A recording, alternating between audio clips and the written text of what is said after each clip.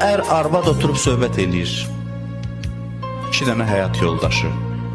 Günün istənilən vaxt. Oturub dərdləşirlər, danışırlar. Ailə mühitində.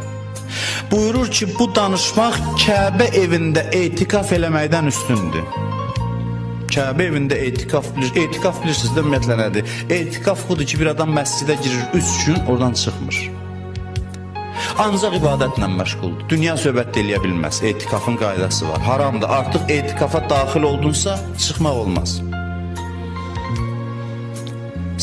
Ancaq zəruri şey üçün yemək yiyə bilər, bir də üzr istəyirəm, zəruri ehtiyacları üçün. Amma girir məsciddə oturur, 3 gün davamlı Kəbə evinin yanında 3 gün etikafdan bu bir neçə dəqiqə söhbət üstündür. Rahat mühitdə oturmuşsan, yemirsən, içmirsən, heç bir çətinliyi yoxdur. Evində bu savab olduğu halda sən ona fikir vermə, get bayırda savab.